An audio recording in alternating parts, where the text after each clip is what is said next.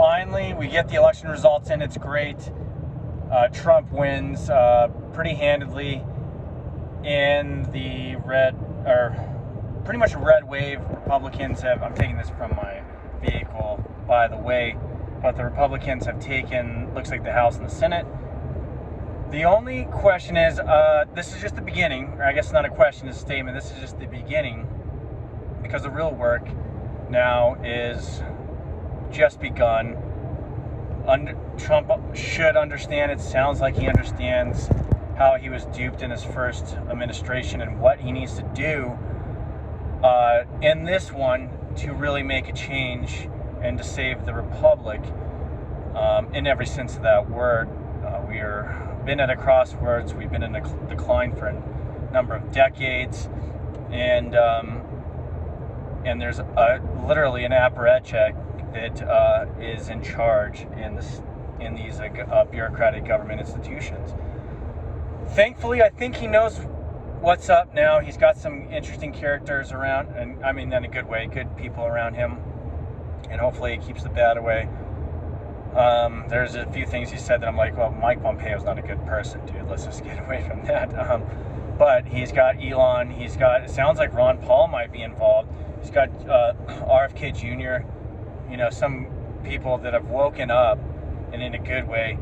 And over the last number of years, Americans have woken up. A number of them have been what you would say red-pilled. And you'd see it even in these blue states, as you did last night, where those margins of victory are starting to become razor thin for the Democrats, and that's a promising sign. But at the same time, I'm wondering how the hell do however many multiple millions of people voted for somebody that's obviously incompetent and an idiot. I mean, you could vote for anybody else. I don't care if you wrote in Gavin Newsom or somebody. Then articulate a sentence by themselves. But to vote for this person, Kamala, that's insanity. But a lot more people have woken up. It's good. It's a good thing.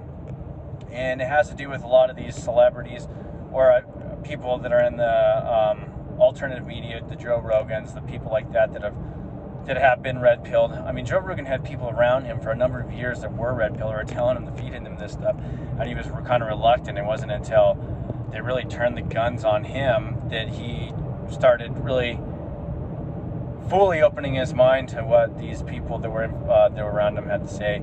And him and the people that listened to him, which I've listened to him since he was sponsored by the Fleshlight, like, I don't know, 10, 15 years ago, whenever he first started his podcast. But to see the evolution of him, to see the evolution of a lot of American people, not just the ones that have been skeptical of government and into conspiracy type theories. There are not really theories, conspiracy facts, and for a number of them. But to see the American public really open their eyes and realize that, man, it only makes sense, logical sense, and people are kind of pissing in the American people's faces and telling them it's raining, don't believe your lying eyes, type thing.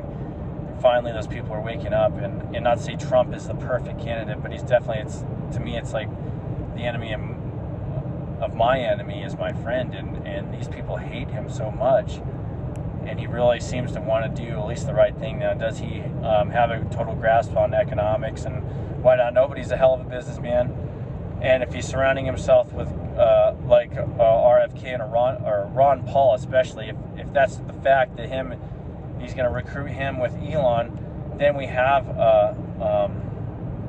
some hope that he'll get it right economically. And that doesn't mean that we won't experience pain. I've said before, there's too much. We've gone too far down that road where there is because there's only a couple things that can be done. Radically cut government, which you're going to have a lot of job losses in the government sector. That you need to dismantle the Fed and go to a free money market system.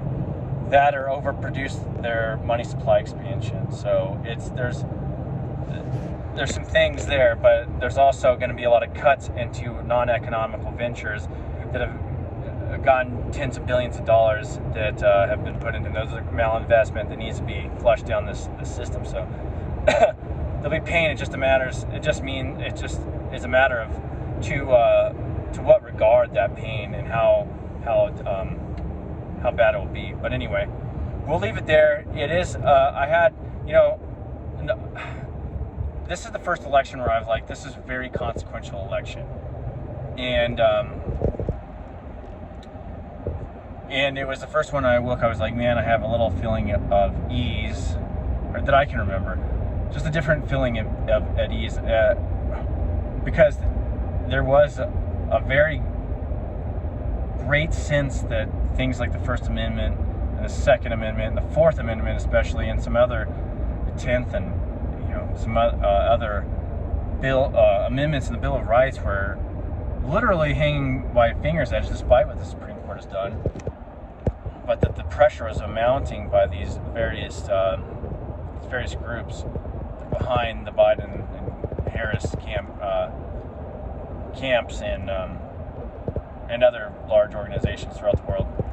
So I feel at ease, and hopefully, not only Trump has a lot of work, but he has a lot of work within his own party, because there's a lot of wolves in sheep's clothing that he needs to get out of there that haven't been exposed in this election. Some of them already exposed themselves and kind of know who those people are. But anyway, I'll leave it there. Peace.